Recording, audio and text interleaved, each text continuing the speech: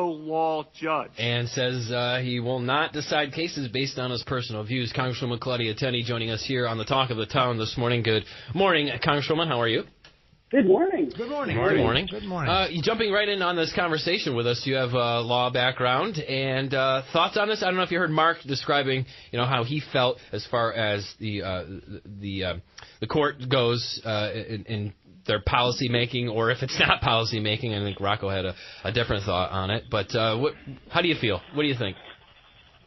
Well, I think if you support activist judges, you're supported as the Supreme Court as being a policy-making court.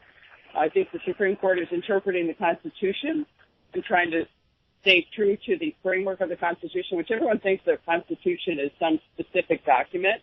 It's not. It's about general principles, and it's that way intentionally, with a couple of specific goals: maximizing and ensuring freedom and protecting individual rights. It's very different than constitutions or different types of governments around the world, and that's what makes it unique. It has ended up, in many cases, being a policy-making court just because we've had a lot of activist judges in the past. One of the reasons I like Brett Kavanaugh is he's not an activist judge. He's someone who's going to interpret the law. I think Mark is I think, in effect, it's become a policy-making court, which is where I agree with Rocco's assessment. And Mark is just giving you the reality. This is what it is. But I would not support a judge who made a decision saying, I want to reach this outcome, and that's how I'm going to get there. Right. Judges, often, especially a judge, you get to an outcome that you don't like, but that's what the law and that's the Constitution end up with. And that's actually, you should not be an end, it shouldn't be the end. It should be what the law is in front of you. Right. Mm-hmm. Well, how about comments on the marathon of the confirmation hearings yesterday and poking at Brett Kavanaugh? I know the conversation has been brought up and continued on the national news last night that was Mr. Kavanaugh put in this position, picked from an outside list or a list that didn't initially include him to help the president's chances if he were to face any kind of legal scrutiny, I guess. I haven't, unfortunately, did not get a chance to watch all the proceedings live because I'm busy doing other things, going to meetings, meeting with constituents, dealing with policy issues all day myself, so I really don't have time to watch the proceedings. I did see clips of the proceedings, and I see a lot of discussion. It seems that the Democrats' focus is mostly on outside documents coming in, very little to do with what Judge Kavanaugh actually stands for. Sure. It looked like a lot of it's the typical, the people that were chiming in were the people that want to run for president in 2020. So it's obvious they're grandstanding in a big national stage, and this is where you get to show your creds to your side.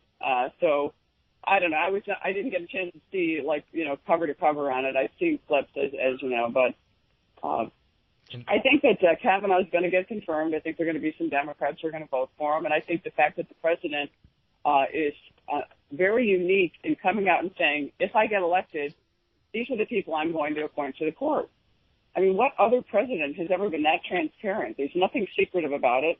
They've had, I don't know when the list came out in 2016, I believe, but the Democrats have had a long time to look at all those people and all their different interest groups and the millions of dollars billions of dollars they have behind them to analyze and scrutinize everything that Brett Kavanaugh has done.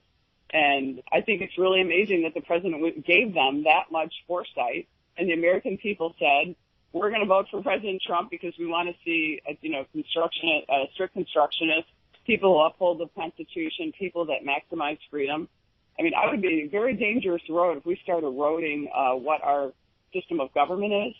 A lot of Americans, I find, are very uninformed on what especially in the new generation. They don't really learn about what our country was founded on. They don't learn about the fact that we are a constitutional republic. Our founders specifically stayed away from a straight democracy.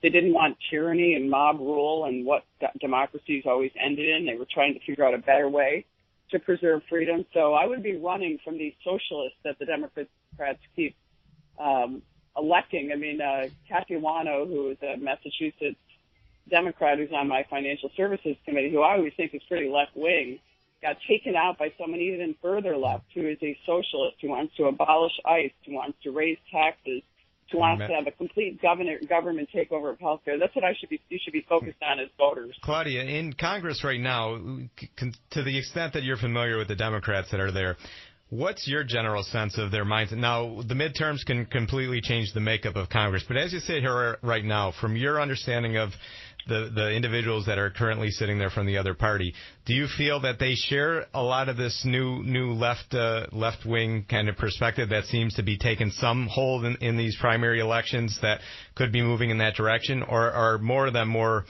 moderate, I guess, or at least not as left-wing as those individuals? I think there are a number who aren't as left-wing, and a number who are moderate, and a number who are willing to work with us. But I think the problem is, as political animals, they've become so dependent on Nancy Pelosi's money, power, and influence that they will not stand up to her. And many of them won't, and it's unfortunate. And I think that's, not just Nancy Pelosi. Nancy Pelosi is not as left-wing as some of these people are, although if you want to look at San Francisco, where she represents as a model for the rest of the U.S., we're in real bad territory. I mean, they're allowing illegal immigrants to vote. They have entire crews of people that are now a department of the government that go out to clean up human feces because there's so many people living in tent cities and people living on the street. They have, the policies that are coming out of her district are certainly things she's not fighting against. And that's my biggest concern is I think the Republicans need to stick together. We certainly are very diverse. We have a lot of factions. If we just voted together, we'd be a lot more powerful than some of the factions. But on whole, I think if we could get a few of the Republicans to vote or Democrats to vote with us on a number of issues, I think that we would do really well. I mean, there are Democrats running this year in districts that the president won. And my district, the president won by 16 points, which is why you will never hear a false word uttered by my opponent about Donald Trump, except when he's in a secret meeting with the resist movement where he's pandering to what they want. And so it's a tough race. I mean, look, I stood up to the president. I stand for what I am. I was fighting the same insider establishment politics against both parties long before Donald Trump even decided to run for president or even governor back in 2013, if you remember. So it's a hard battle. Politics is a blood sport.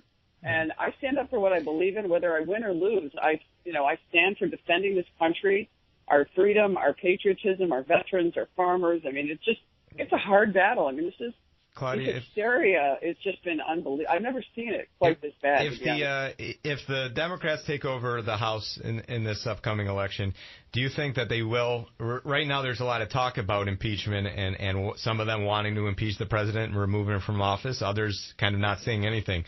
But what's your sense of potential impeachment proceedings or actions if the Democrats take over the House? And actually, Claudia, if you don't mind, can you hold that thought and come back and tell us your answer after we take the break?